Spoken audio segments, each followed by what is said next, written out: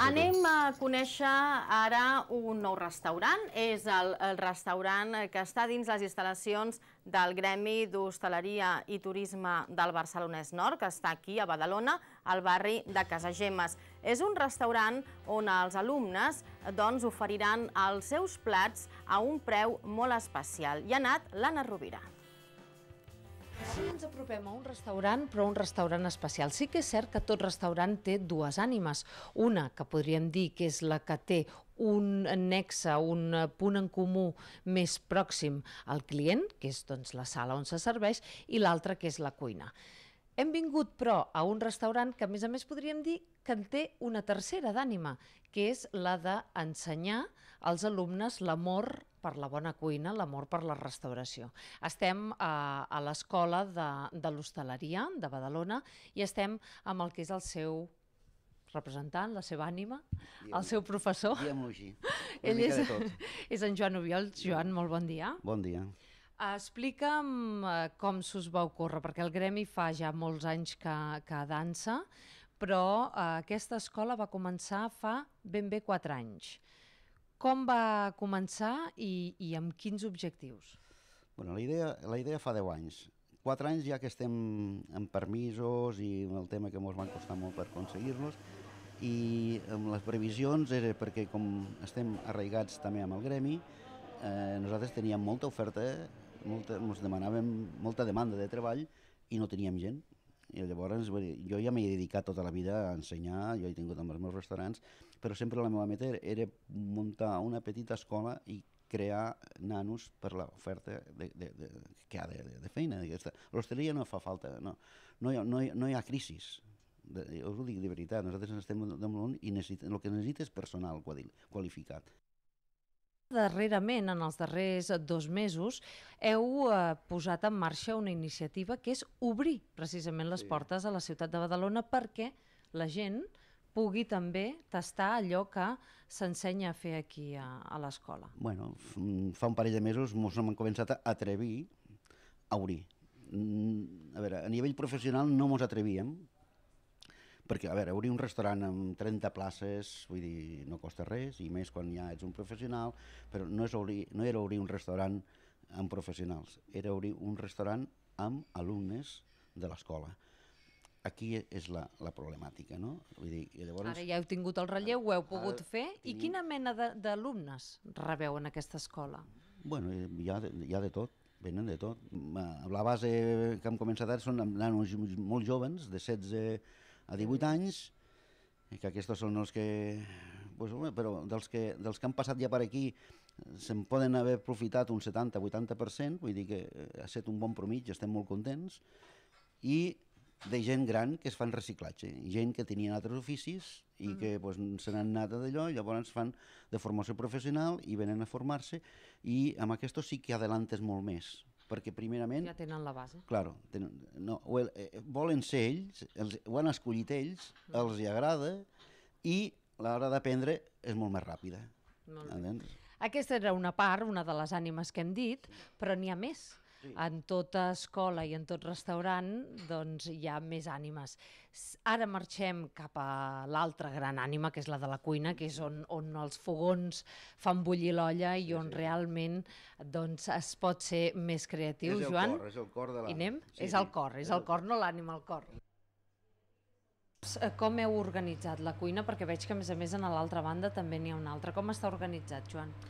L'altra cuina és on comencen, no? Agafes els grupos de 14 o 15 persones que comencen des de zero, a ensenyar-los a agafar un gabinet, a tallar la ceba, a fer les petites salses, les salsetes més conegudes, el més senzill, el que seria fer un flam, treballar les llets, conèixer la base molt mínima. I a partir d'aquí, que ells ja han conegut la base, passem el que seria una cuina professional d'un restaurant clàssic. Hi ha tots els serveis, salamandres, forns, frigidores, planxes, parrilles, forn d'injecció. Aquí ja tens tot el que té que tindre un restaurant. I a partir d'aquí, quan ja han passat el primer any, es pot dir, en aquella zona, passen en aquesta zona i és aquí on se produeixen, ja se fan els plats. El primer any ja fan plats, però estan en rodatge. Aquí ja no, aquí aquests plats que es fan aquí ja són per servir. Això ja és per vendre, que diguéssim, no? I llavors ja ha de sortir la perfecció. I què costa més? Aprendre a manipular un peix perquè acabi sent un plat excel·lent o el tempo que s'ha de viure en una cuina? Perquè aquest és un altre gran secret. Si no domines el tempo aquí dintre, tot funciona malament. Evident. Això és el més... Què costa més? El més important. Què costa més? És el tempo. Vull dir, és entrar en situació, preparació i mise en place, que es diu aquí. Has de tindre molt coordinada, perquè ten en compte que aquesta feina són 2 hores de pressió, amb 6 hores de preparació. Tot el que tu prepares en 6 hores ha de sortir en 2 hores i amb un nivell perfecte i amb un públic exigent. No és exigent, és com s'ha de ser. I llavors, aquestes hores de tensió les tens que tindre molt ajustades al teu coco i has d'estar preparat per aquesta. Llavors, aquesta és la feina nostra, de preparar-los amb aquests nanos. És situar-se dintre d'una cuina i no perdre els nervis, i controlar les situacions i no arribar amb els estressos. No sé si heu vist algun programa de televisió d'aquell, els líos que s'armen. Hi ha alguna cosa que sigui veritat d'aquests programes, Joan? Sí, hi ha realitats, hi ha molta... Sí, està exagerat algunes coses, però dintre de l'exageració és molta realitat. La pressió es viu. Molta realitat. Mira, que l'atrapo al vol. Ell és el professor, Albert. Sí, senyor. Bon dia. Bon dia, què tal? Ara parlàvem amb en Joan. És difícil fer als alumnes entendre i comprendre el tempo, el ritme, l'ordre que s'ha de tenir dintre d'una cuina, o tu com a professor què és el que més et costa o allò que valores més que aprenguin? L'ordre i l'organització i la neteja. És el més important a una cuina. O sigui, allò típic que ens deia les àvies d'anar netejant mentre anem embrutant? És veritat. Les iaies mai s'equivoquen. Això és veritat. La neteja i l'ordre en una cuina és essencial per fer un bon servei. Perquè el client no noti aquest desbarajo, no? de coses que falten i que tot el que falla a una cuina és culpa de l'ordre i de la neteja. I tu has notat que hi ha més amor per la bona cuina que fa uns anys enrere? Sí.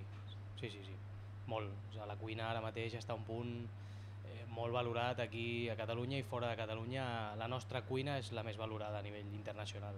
Per algú serà, no sé. I tu quan et treus la jaqueta i te'n vas a fora, què valores? Quan t'asseus en una taula i et deixes que et serveixin, que de tant en tant també està bé, què li demanes a un plat?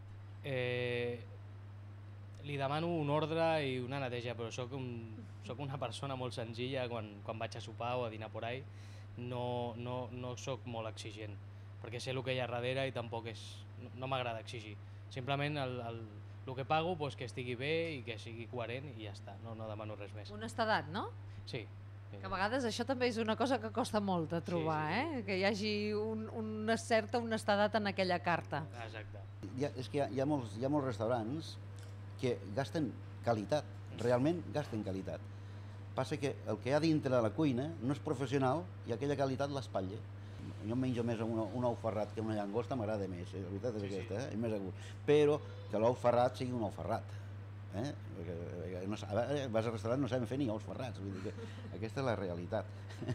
Hem vist les dues ànimes d'aquesta escola, però ara ens falta també un element molt important, que és el punt de vista. Si hem parlat amb el jefe, hem parlat amb el mestre, ens falta saber què en pensen els alumnes. He trobat un alumne i a més no és un alumne qualsevol perquè és molt jove, ell és el Jorge. Jorge, molt bon dia. Bon dia. Té 17 anys només. Jorge, què et va moure tu per apuntar-te a fer aquest curs al gremi, a l'escola d'hostaleria? T'agradava ja cuinar o va ser per provar? No, sí, ja m'agradava d'abans cuinar i em va sortir l'oportunitat i aquí estic ara. I abans d'entrar aquí, qui et va ensenyar el que sabies? A casa. La mare, l'àvia? La mare, l'àvia, el pare i ja està. Ets un bon menjador també? Sí, m'agrada menjar de tot, no tinc problema. Molt bé, doncs res, et deixem que estaves aquí endreçant, abans ho deia l'Albert, que la neteja i l'ordre és molt important, et deixem que continuïs la teva feina, moltíssimes gràcies.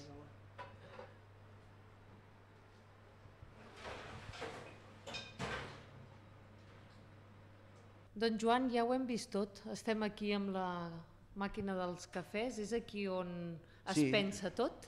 Bueno, aquesta aula és on se fan i ensenyem a fer els cafès, també el tema de cocteleria i també el restaurant, les taules, primer es munten aquí, es fan aquí, entre ells es serveixen, fan el servei de d'allò i a partir d'aquí després és quan passen a la sala ja directament ara amb el client. S'ha de saber servir.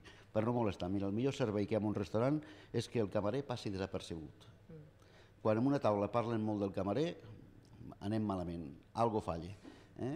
O es passa de graciós, perquè també n'hi ha, que a vegades hi ha camarers que són cargants, o que li ha demanat la sal, li ha demanat un got I no ens fa cas. i no es fan cas. Aquest és el problema. Nosaltres ens quedem aquí. Ara em prepararàs un cafetó i m'ensenyaràs a fer-ho, a mi també, que no se sap mai. Igual m'ho repenso, deixo el periodisme i em poso a servir cafès. Avui s'ha de saber de tot ja. S'ha de fer de tot. No hi ha problema. Fem el canvi. Jo faig serveis i I et faig l'entrevista. Jo faig els cafès i tu em fas les entrevistes. Molt bé. Gràcies, Joan. D'acord.